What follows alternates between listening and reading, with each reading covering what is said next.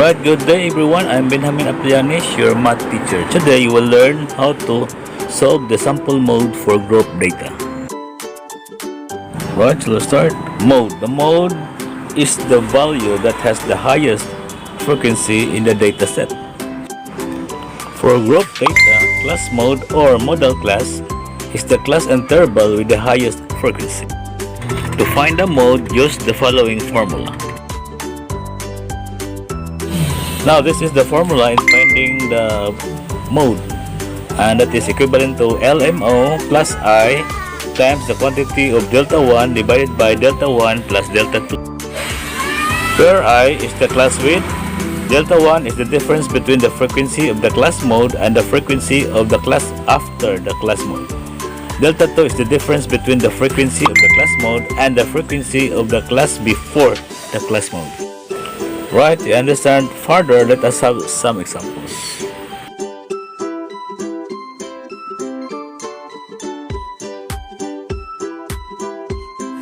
Right, example. In a random sample, the time to work to travel of 50 office workers were recorded. Calculate the mode. Right, for the given frequency distribution, the time to work to travel and the frequency. The class intervals are 1 to 10, the frequency is 8, 11 to 20, the frequency is 14, 21 to 30, the frequency is 12, 31 to 40, the frequency is 9, and 41 to 50, the frequency is 7. That is our given frequency distribution. We are asked to find, or we are asked to calculate the mode.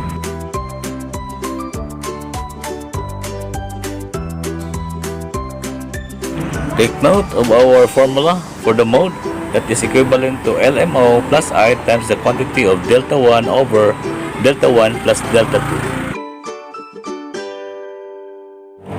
Alright, let me explain to you the solutions now, how to find the mode for group data with a given frequency distribution table.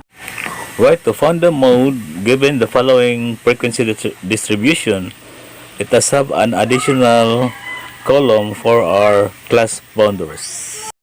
And note that our class boundaries has two parts, the lower class boundaries and the upper class boundaries.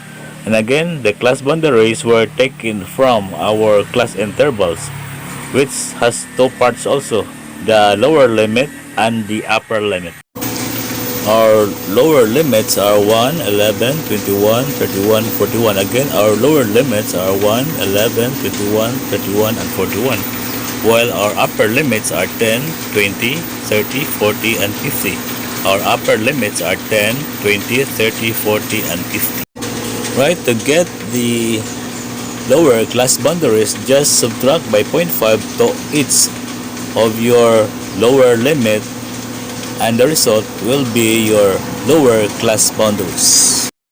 Again, to get or to solve the lower class boundaries, just subtract by 0.5 to each of your lower limit, and the result will be your lower class boundaries.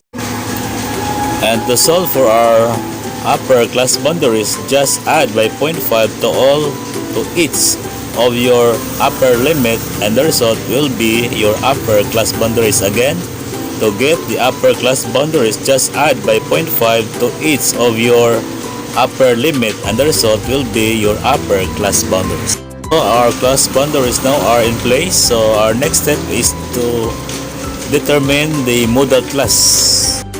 Right, let's proceed to the next step. The next step is to identify or determine our model class. So the model class, by definition, is the class interval with the highest frequency.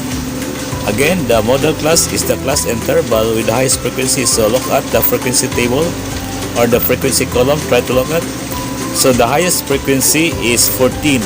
So automatically, that line, that interval will be highlighted, and that will be our model class. So the class interval with the highest frequency is our model class. And that is the second class interval, which is 11 to 20. And along that line, we highlighted that one, that will be served as a basis in finding the delta 1, delta 2, and our LMO. Alright, let us start now identifying our LMO, our I, our delta 1, and our delta 2. So, identify now our LMO. By definition, LMO is the lower class boundary of the model class, and that is 10.5. Again, LMO is the lower class boundary of the model class, and that is 10.5. Next, identify our I. Our I is 10, and that is taken from the distance between intervals, that is 11 minus 1 is 10, 21 minus 11, that is 10, 31 minus 21 is 10, and 41 minus 31 is 10. So Ri is 10, that is the distance between intervals. To get delta 1, just subtract the highest frequency minus the frequency above it, and that is delta 1, 14 minus 8, that is equivalent to 6. And to get delta 2, that is the highest frequency minus the frequency below it, so that is 14 minus 12, which is equivalent to 2. So we have determined or identified now our LMO, which is equivalent to 10.5, our I, which is equivalent to 10, our delta 1, which is equivalent to 6, and our delta 2, which is equivalent to 2. We are now ready to solve for our mode. Our last step is solve for the mode using our formula. So substitute the LMO, which is equivalent to 10.5 plus I, which is equivalent to 10, times the quantity of delta 1. Our delta 1 is 6 divided by delta 1 is 6 plus delta 2, which is equivalent to 2. Then simplify first numbers within parentheses. So 6 divided by 6 plus 2, and that is equivalent to 6 divided by 8. 6 divided by 8 is times 10, that is equivalent to 60 divided by 8. 60 divided by 8 is 7.5, and 7.5 plus 10.5 is 18. And that is our answer. So therefore the mode is 18.